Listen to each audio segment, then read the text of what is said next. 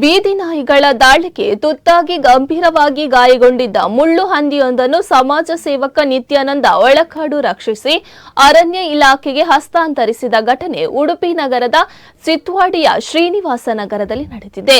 ಗಾಯಗೊಂಡ ಸ್ಥಿತಿಯಲ್ಲಿ ಮುಳ್ಳು ಹಂದಿ ಇರುವುದನ್ನು ಸ್ಥಳೀಯ ನಿವಾಸಿ ಧನಂಜಯ ದೇವಾಡಿಗ ಗಮನಿಸಿ ನಿತ್ಯಾನಂದ ಒಳಕಾಡು ಅವರಿಗೆ ಮಾಹಿತಿ ನೀಡಿದ್ದಾರೆ.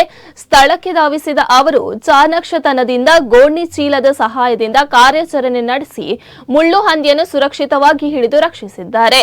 ಮುಳ್ಳು ಹಂದಿ ಅಪಾಯದ ಸಂದರ್ಭಗಳಲ್ಲಿ ತನ್ನ ಮುಳ್ಳುಗಳನ್ನು ಎರಗಿಸಿ ಪ್ರತಿ ದಾಳಿ ನಡೆಸುವ ಸಾಧ್ಯತೆ ಇರುವುದರಿಂದ ರಕ್ಷಣಾ ಕಾರ್ಯಾಚರಣೆ ಸವಾಲಿನದ್ದಾಗಿತ್ತು. ಆದರೂ ಯಾವುದೇ ಹಾನಿಯಾಗದಂತೆ ಅದನ್ನು ವಶಕ್ಕೆ ಪಡೆದು ಅರಣ್ಯ ಇಲಾಖೆಯ ಅಧಿಕಾರಿಗಳಿಗೆ ಒಪ್ಪಿಸಲಾಯಿತು. ಅರಣ್ಯ ಇಲಾಖೆಯ ಫಾರೆಸ್ಟರ್ ಶಿವಾನಂದ ಮುಳ್ಳು ಹಂದಿಯನ್ನು ಸ್ವೀಕರಿಸಿದ್ದು ಅಗತ್ಯ ಚಿಕಿತ್ಸೆ ನೀಡಿದ ಬಳಿಕ ಅದು ಸಂಪೂರ್ಣ ಗುಣಮುಖವಾದ ನಂತರ ಕಾಡಿಗೆ ಬಿಡಲಾಗುವುದು ಎಂದು ತಿಳಿಸಿದ್ದಾರೆ.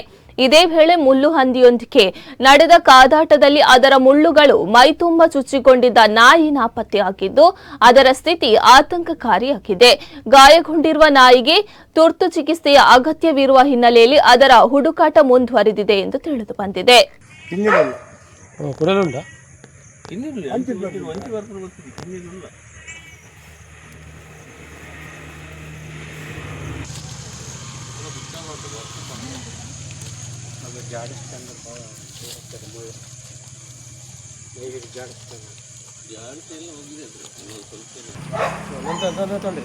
ಅಡಿಗೆ ಬಡ್ಡೆ ಇನ್ನೊಂದು ಏಕೆ ಏನು ಬಿಡಿ ಮೇಲೆ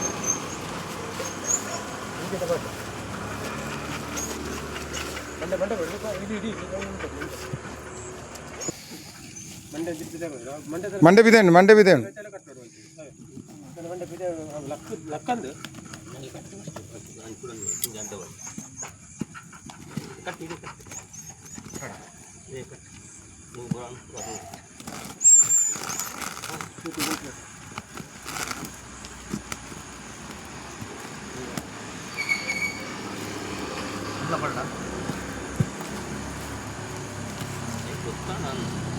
बसों पर निकल गई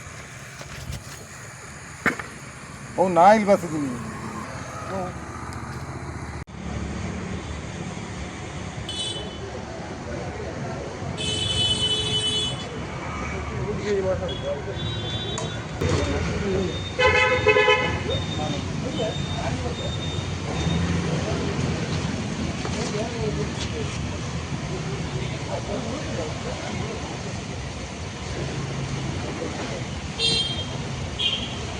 Gracias.